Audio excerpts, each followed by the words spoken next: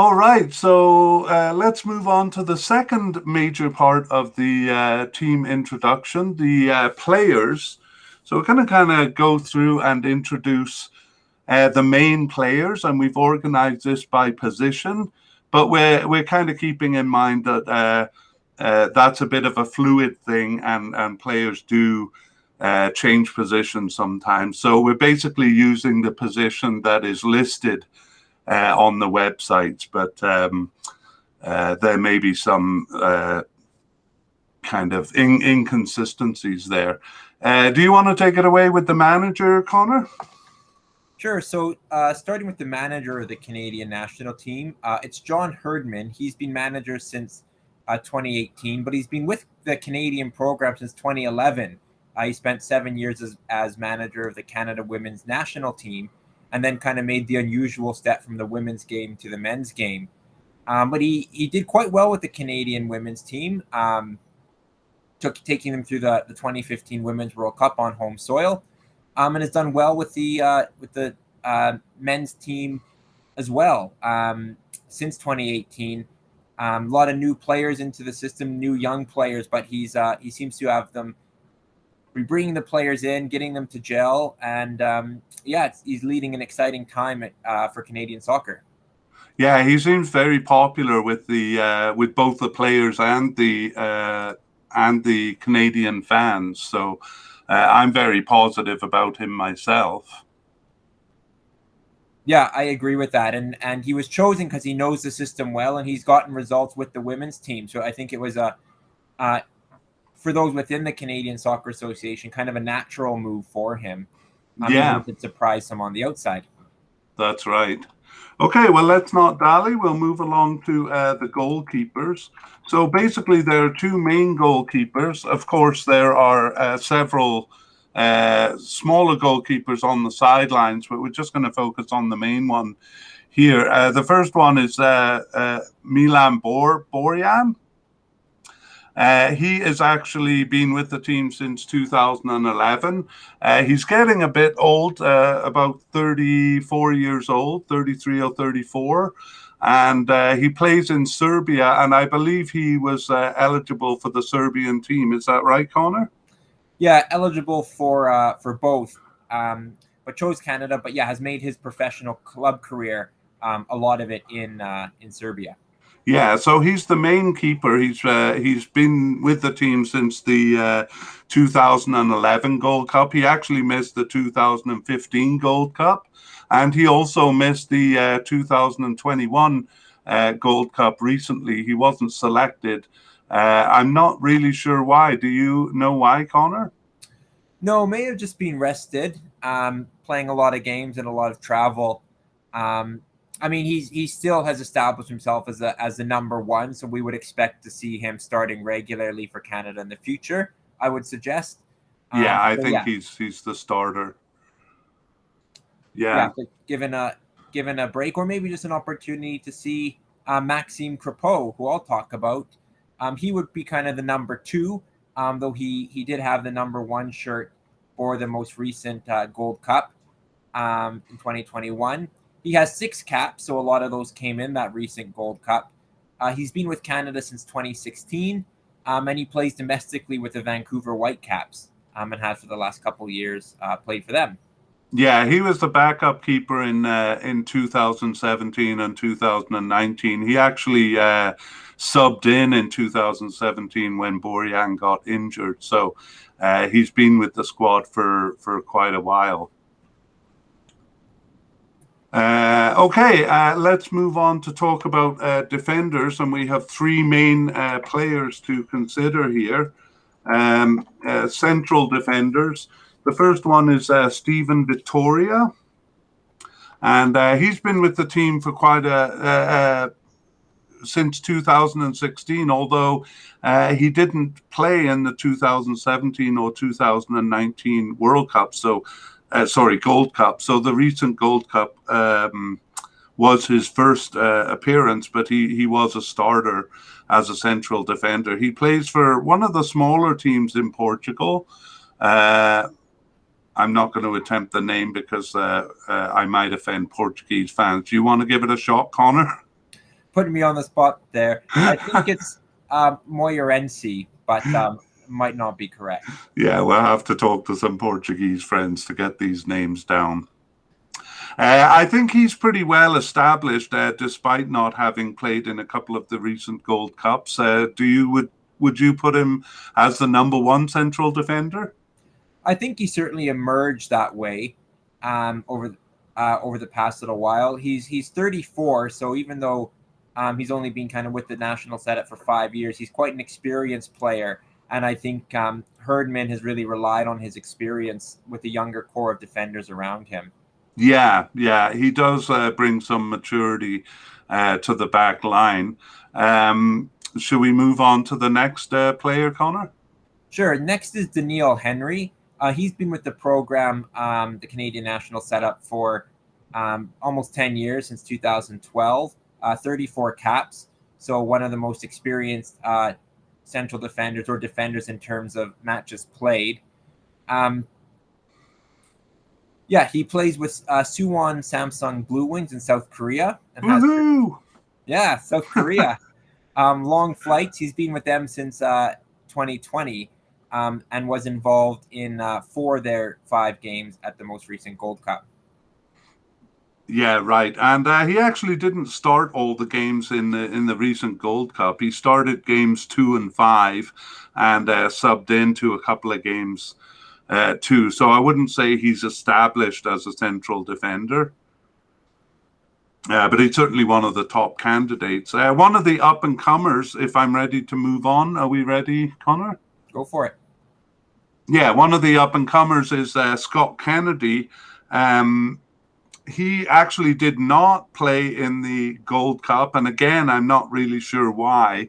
But a lot of teams didn't really send their starting lineup. Didn't send a lot of players. Do you happen to know why he didn't play, Connor? Not in Scott Kennedy's case, though he had played in some World Cup qualifiers right beforehand. So, surprised to see him not in the squad. Yeah, he did. He played, I think, 3 games directly before the Gold Cup. So we were certainly expecting to see him. He just started playing actually before the World Cup in 2021, and he's quite young at 23 or 24 years old. So he may be stepping into the shoes. I suppose it'll depend on his performance. I just want to add one more, or maybe you want to talk about Derek Cornelius. Yeah, he's another player playing with the Whitecaps. So teammate of Maxime Crepeau. He's been with Canada since 2018, has 14 caps. He started and finished all 4 games in the 2019 Gold Cup, but was not part of the squad for the most recent one. His last appearance for the national team came in January 2021, so he may be someone they're looking to bring back. So I guess we'll see what Herdman's plans are for him for these upcoming World Cup qualifiers. Yeah, I mean, given that Daniil Henry wasn't a starter, it seems like they need a bit of depth in this area. And I know during the Gold Cup, at least a couple of games, they kind of had one central defender and 2 kind of what do you call it, left back or right backs in defense. So they didn't actually use 2 central defenders, but they seem to need more than just the one starter there, Victoria. Yeah. Let's move on to left backs, and do you want to take us through Kamal Miller? Yeah, Kamal Miller. He plays for Club de Foot Montreal, formerly known as the Montreal Impact. So plays in Canada. He has just 6 caps to his name. He's 22, 23 years old. He was involved in all 5 games at the Gold Cup, coming in as a sub in the first game and then a starter in the next 4. Oh, actually, he subbed out of the first game rather than subbing in. Oh, pardon me. So, started all 5 games for Canada. Yeah, okay, and he seems fairly stable in that position. I'm not sure who was there before because he's pretty new. But another left defender is Sam Adekukbe, and he plays for a smaller team in Turkey, Hatayspor. He's been with the team since 2015, and he actually played a lot of their games in the lead up to the Gold Cup, but actually for some reason was not even on the preliminary roster. So there's a bit of mystery, not only around Canada, but around other teams as to why they didn't send their best players. But it could be because they played a lot of games before the Gold Cup, and maybe their club teams didn't want them to be overused. Any thoughts on that, Connor? Yeah, I think that's it. I mean, it's a long way, especially for the European-based players. The Gold Cup wrapped up relatively close to the start of the domestic season. I think some clubs were even in preseason training. So, yeah, it may just be that rest or that preparation, or possibly injury, of course, is always another thing that can happen. Yeah. Anyway, they have those players to choose from, but I think it's going to be Kamal Miller holding down the fort because there doesn't really seem to be a lot of other left backs available. Most of the ones who were there before weren't really even considered for this tournament. Right. I'll switch just over to the right side.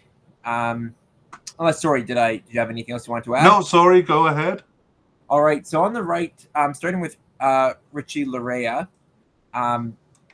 So he's been with the national team since 2019. So we see this in a lot of the Canadian players. They're kind of getting their start just in the last couple years. He's 25 years old. 10 appearances for the team.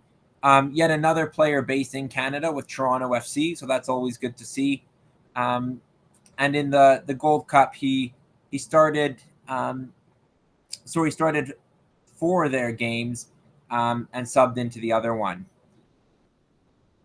Yeah, he made a big impact in the Gold Cup, and it kind of leaves Canada with a problem, which we'll talk about when we take a look at the right-hand midfielders. He may be kind of misnamed as a right-hand defender, and he may be more of a winger or even a midfielder. And there's a couple of good players competing for that spot, but he definitely put in a good bid at the Gold Cup. He scored 1 goal, was just very involved in the games. The other player on that, and he was on the field at the same time as Richard Lahere. I think he asked for his name to be pronounced Lahere, which I think he comes from Ghana originally, or his family comes from Ghana. I keep saying his name wrong. But anyway, the other player available is Alistair Johnson, and he did play as a right back, whereas Richie Larea moved more up to a midfield role in the 2021 Gold Cup. Johnson is very new to the team. He's only been there since the first half of 2021, so it was a bit of a surprise that he made it. But he seems to, as soon as he joined the team, kind of be right in there. He played 5 of their 6 games in the lead up to the Gold Cup.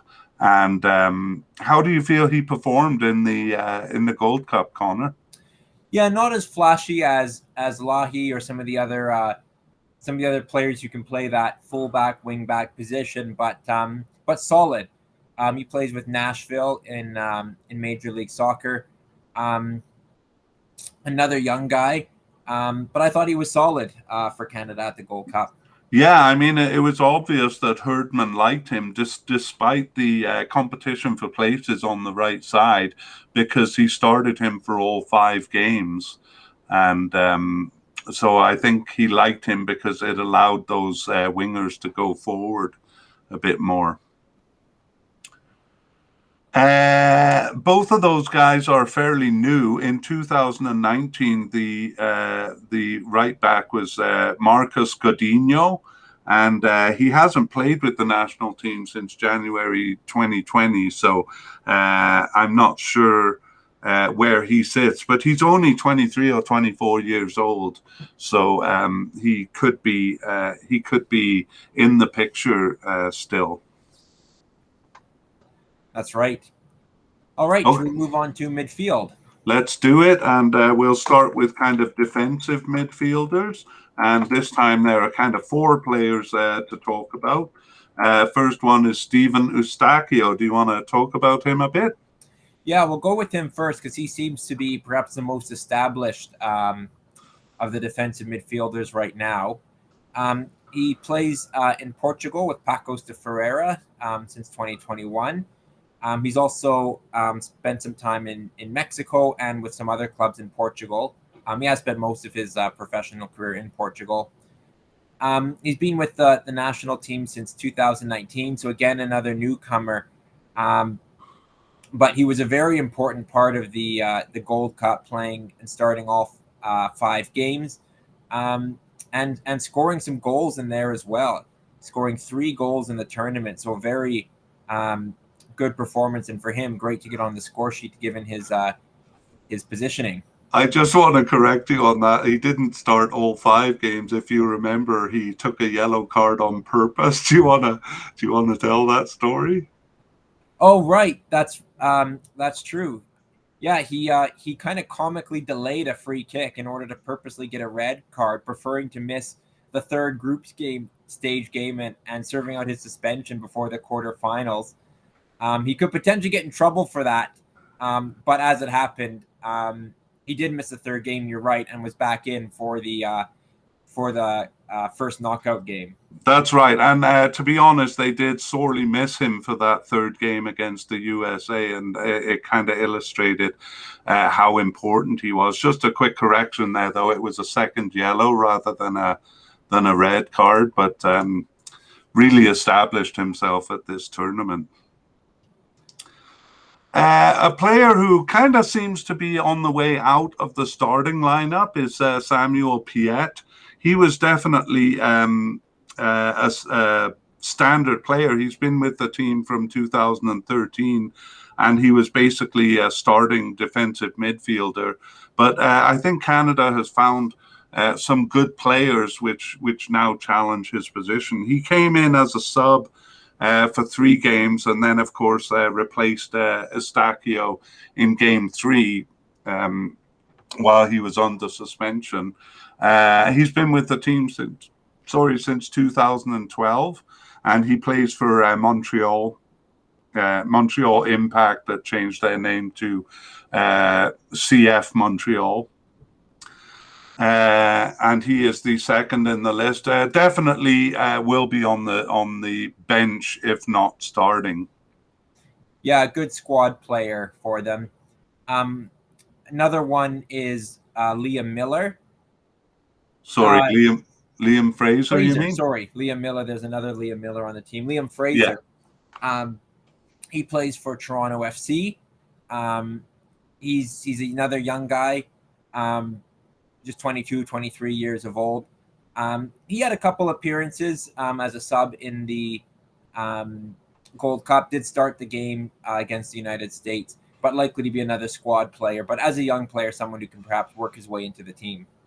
Well, it's going to be a very busy schedule in September, October, and November. So they will need a lot of squad players. And perhaps that does explain a lot of teams kind of working maybe on their bench players during the Gold Cup and giving guys like this a chance to play. Mm-hmm. The last one is Ativa Hutchinson, and I'm not really sure where he is at with the team. He was a regular in the team in the early years. He was there since the 2003 Gold Cup, if you can believe that. And his prime period was 2005 to 2011, where he was always a starter for Canada. He kind of dropped off the team in the 20 teens, but he was brought back for the 2019 Gold Cup, He plays for Besiktas in Turkey, and I'm not sure, at 38 years old, he's probably on his way out of the lineup. Any thoughts on Ativa Hutchinson? Yeah, he's been such a great servant for Canada, one of our top players and kind of most high-profile players for a lot of years and through the 2000s. But yeah, at 38 years old, I mean, he's still going strong for Besiktas, where he's captain, and they recently won the Turkish league. But it does seem to be that he's on his way out. I'm not sure he'll have a whole lot of involvement, and partly because there's some pressure from within with some other players like Ustakio or Piet and even Frazier kind of competing for that spot. So I think in some ways for Canada, it's a good thing that they're not as reliant on him as they once were.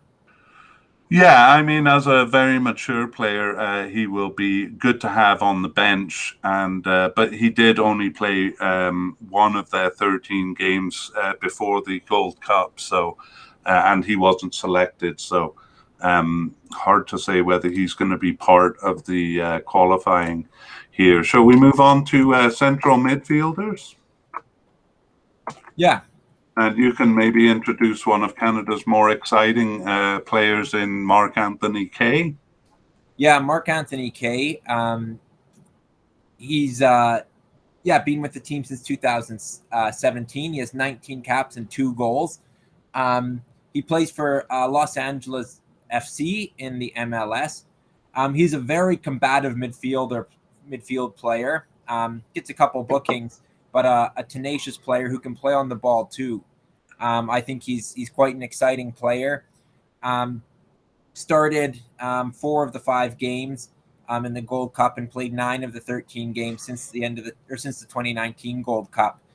So he seems to be involved, sometimes coming in off the bench, but I think he's established himself as a key player in that position.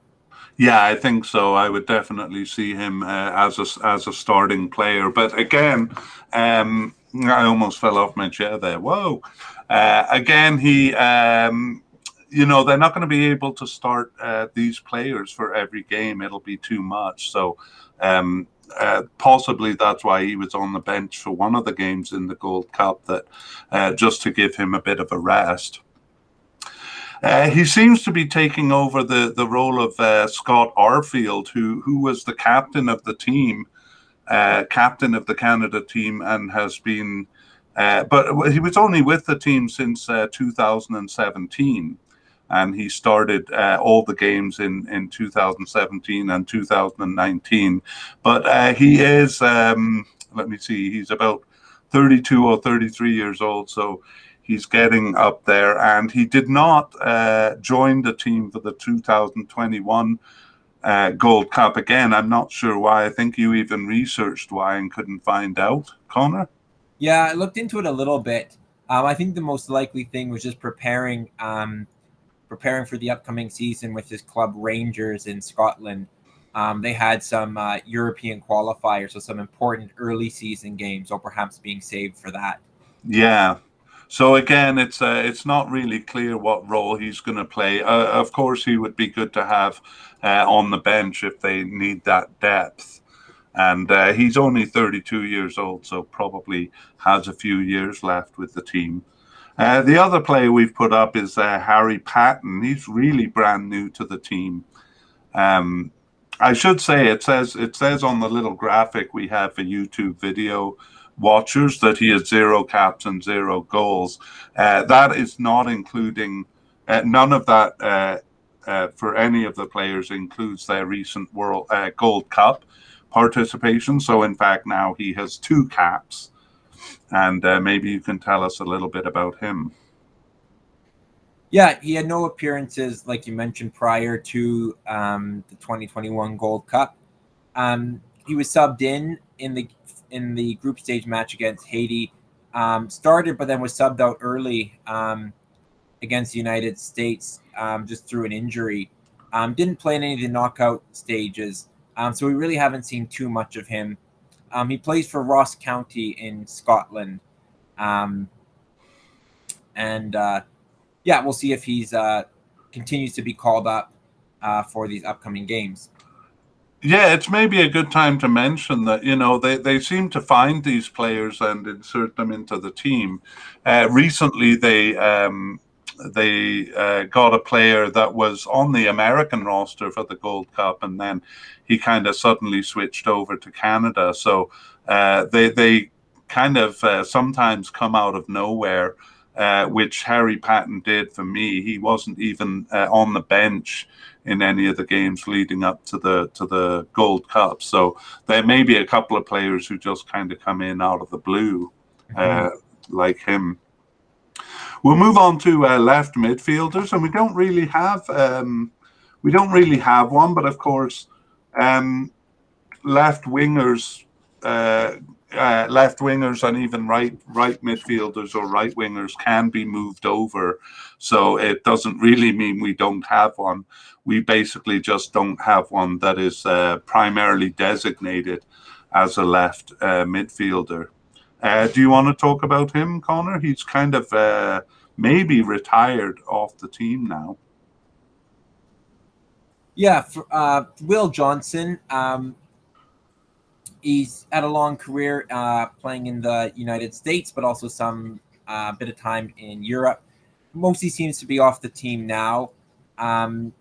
He started with the national team in 2005, so kind of 16 years ago. So I think it's unlikely that we'll see him in the upcoming games.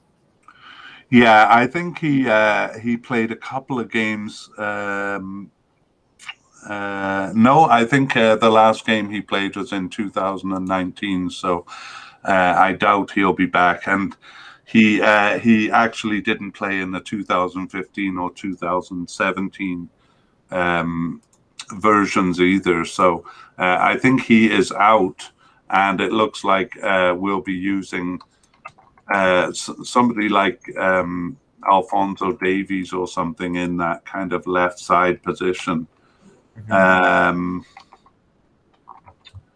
Sorry, I'm going to put a Wotherspoon as a right midfielder. He wasn't actually selected for the Gold Cup, but I think he's up and coming because he played 6 of the 13 games in the lead up to the Cup, and he was on the bench for 3 others, so he's been pretty involved with the team. He started with Canada in 2018, and not a lot to say about him. He didn't make the squad in 2019 either, but I've heard his name around. Any thoughts on him, Connor?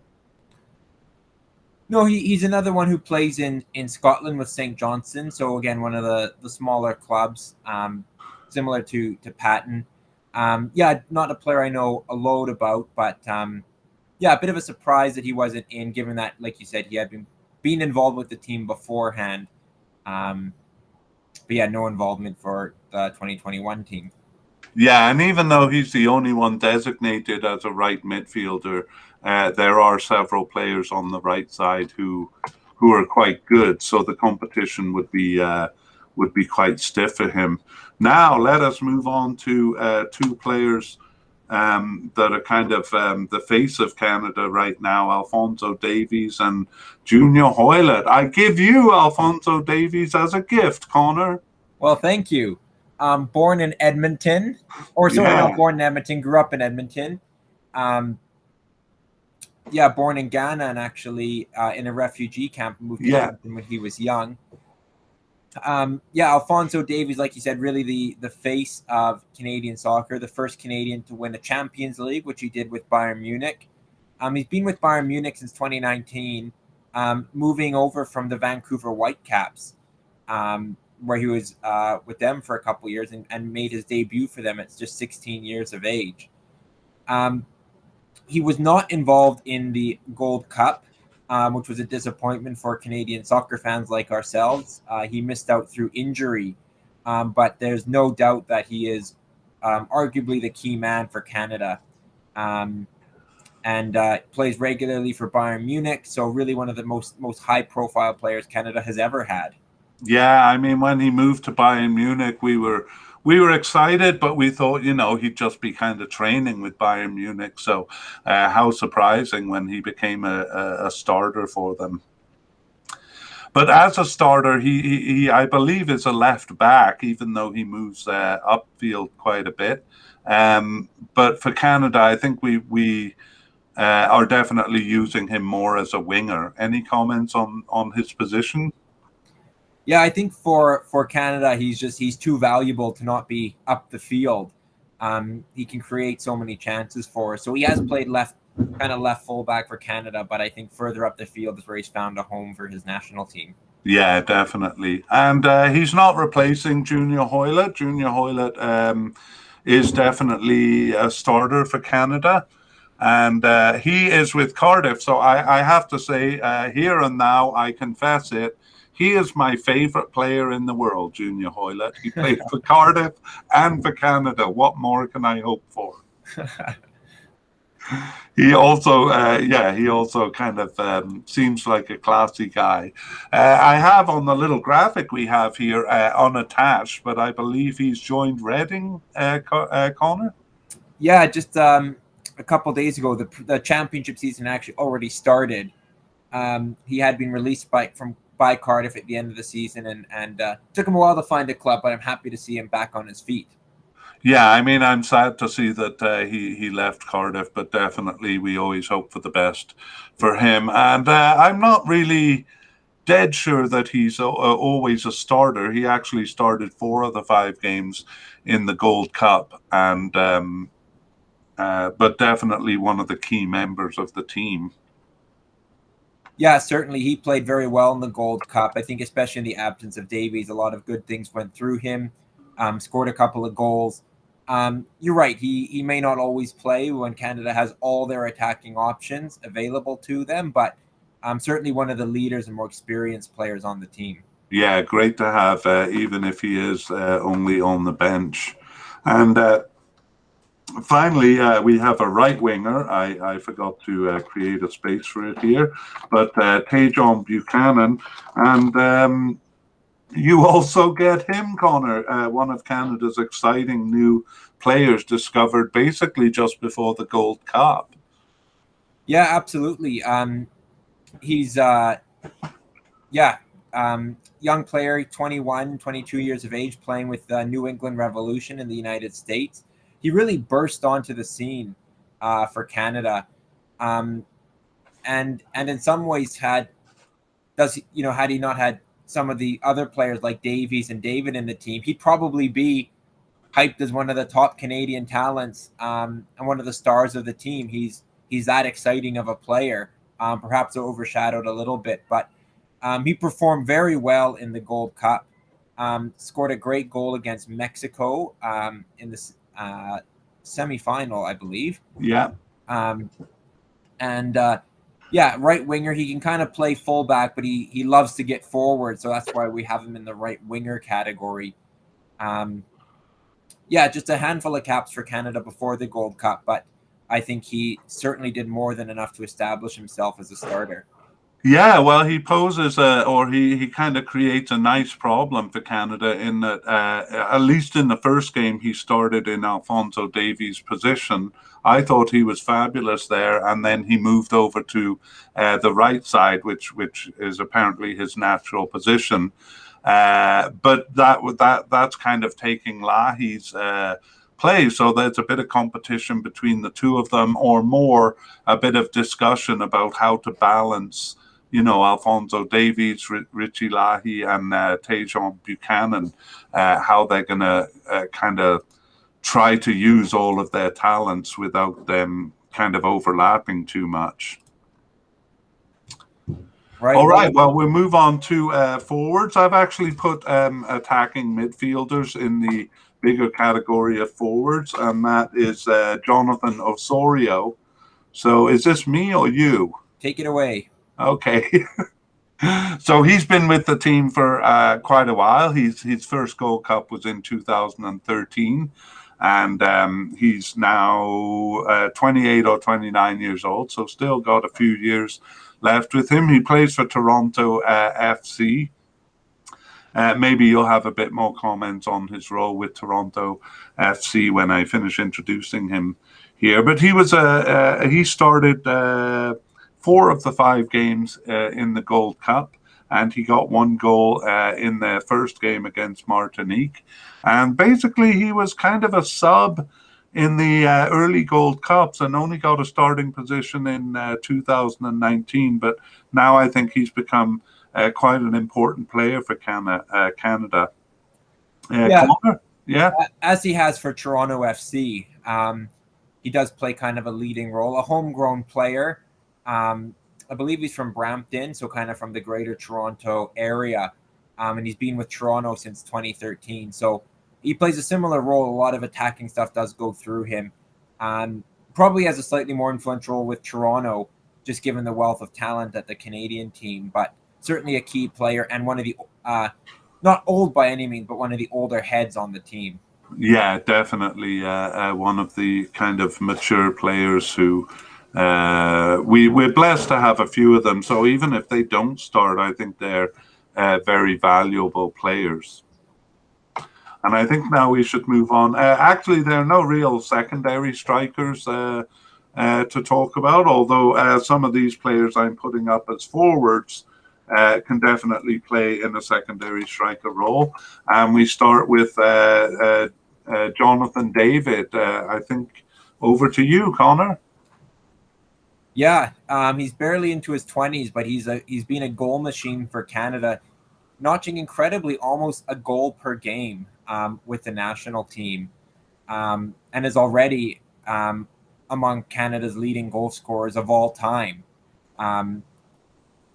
So he plays for Lille in France, moving from Ghent in Belgium at the start of last season, and he helped Lille win the Ligue 1 titles. So an important player domestically. Phenomenal player. We didn't get to see him in the Gold Cup.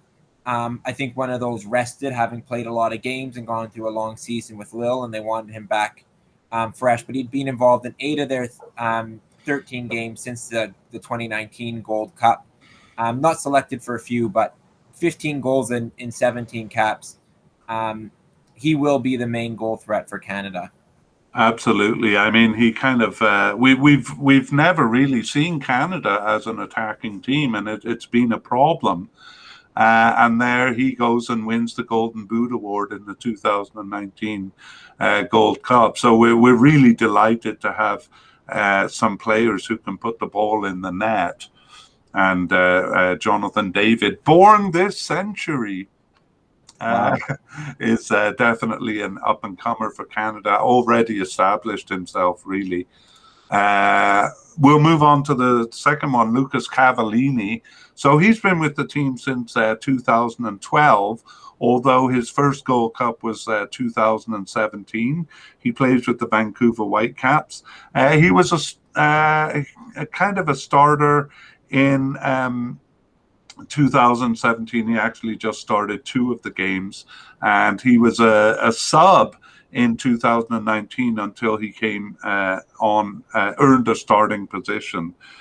He didn't actually score in this Gold Cup, and again, he was kind of halfway between a starter and a substitute in this Gold Cup. He ended up being suspended for the last game against Mexico on yellow cards. Is that right? He did get 2 yellow cards. Yeah, I believe he was suspended. Yeah. But anyway, another guy that actually can put the ball in the net and rivaling Jonathan David. He has 16 goals in 22 caps. So what a joy to have these guys who can put the ball in the net, Connor. Absolutely. Yeah, it was too bad. I mean, he would normally kind of be the second striker, possibly even the third. So he had a chance to start and to get some good game time in the Gold Cup in David's absence. So disappointing for him that he couldn't get the goals, perhaps to kind of really cement his place. But no doubt he's an important player. Yeah, definitely. And so is Kyle Lahren. Do you want to tell us a little bit about him? Yeah, he's a club teammate of Ativa Hutchinson, playing with Besiktas in Turkey. He's been with Canada since 2014. But I think has really kind of come on for the national team in recent years. Again, he got more of a chance to play given the absence of Jonathan David. He started all 3 group stage games, but I believe he was injured and got subbed out in the third game and didn't play the other ones. Though he had scored 3 goals in the 3 games up to that point. Yeah, that's right. They did end up bringing in another forward, and that was a forward who was actually on the American roster and then switched over to Canada. Tesho was the name on the back of his shirt. I'm trying to find. Yeah, Tesho Akindele replaced him. But yeah, he got 3 goals. Actually, there was a lot of excitement about him in 2015, and he started the Gold Cup. But then he kind of went downhill from there. I think in his club play too, he lost his starting position in the 2015 Gold Cup. And then he was basically just a substitute for the 2 Gold Cups afterwards. But as you said, he seems to have kind of come back into his own, which is great because we had high hopes for him initially. Absolutely. Yeah, okay. And then the other Liam on our team is Leah Miller. And he's a bit on the outskirts here. He didn't play in the 2021 Gold Cup, and he was only a sub in the 2019 Gold Cup. But he's only 21 or 22 years old. Here he was with Liverpool in England for a time, and now he's with Basel in Switzerland. But we really haven't seen that much of him. He's got 11 caps. 5 of them were in the lead up towards this game. 5 of the 13 games he was involved with, so not really on the team, I would say. What do you think of Liam Miller, Connor? Yeah, we haven't seen too much of him for the national team. Certainly promised he was with the Liverpool youth system for quite some time, so you have to be pretty good to get into that system. So yeah, young guy. We've got a lot of forwards to choose from, a kind of a wealth of riches. So he may find it difficult to break his way in, but I think he's got a big future ahead of him. Yeah. And sorry, I made a mistake there. I was saying Akindele was with the American team, but he's not the one. It's Io Akinola. He doesn't have any caps for Canada yet, but he's an up-and-comer. And there are a couple of other names which I'll just mention. In addition to Akinola and Akindele, there's Tyler Pasher, who, again, doesn't have any caps for the team yet. And Theo Corbano, who did, am I saying that name right? I'll give you a second. He did come on for a couple of games in the Gold Cup, so definitely working his way into the system. Any comments on those players, Connor? Not really. I mean, if they have a part to play in these upcoming World Cup qualifiers, it'll probably be on the fringes. But really, between Jonathan David, Lucas Cavallini, Kyle Lahren, those are the 3 that are really the most established. And looking in the short term, those would be the guys that Canada is leaning on. Yeah, I do see a role. He was born in 2002, Corbanu, so he's only 18 or 19 years old. He came in as a sub in 3 games in the Gold Cup and scored a goal. Almost scored against Mexico, if I recall, in the semi-final. So he might be in a little bit more than the other ones that we mentioned there at the end. Yeah, good point. Okay, so that brings us to the end of the Canada overview, and we'll just finish with a couple of closing comments. Connor, I wanted to see what your thoughts were on Canada missing so many of these players, so many of the top players. I'll just run through it again, but Jonathan David, Leah Miller, of course, Alfonso Davies, and a couple of others, Scott Arfield and Ativa Hutchinson. And yet we reached the semi-finals and ended up looking fairly good in the Gold Cup. What do you say? Yeah, initially I was disappointed that that kind of didn't have all their top players for the Gold Cup, because I really wanted to see this team kind of come together and see how far they could go. But it ended up kind of being a blessing in disguise. We got to see some other players, some younger players, Buchanan probably chief among them. got their chance, and didn't really drop off from the levels I would say that Canada's capable of reaching. So very, very encouraging for Canada to have that strength and depth. And so perhaps it's given John Herdman some really good headaches about how to incorporate those players coming back, as important as they are. But really encouraged. I can't really think of Canada ever having this level of depth, certainly in recent history, but possibly ever. Good headaches. I like that. Okay, well, that brings us to the end of the players part, and now it behooves us to talk. I know you've been avoiding the question, Connor. How is Canada going to do in this qualification? Are they going to reach the World Cup? Let me know.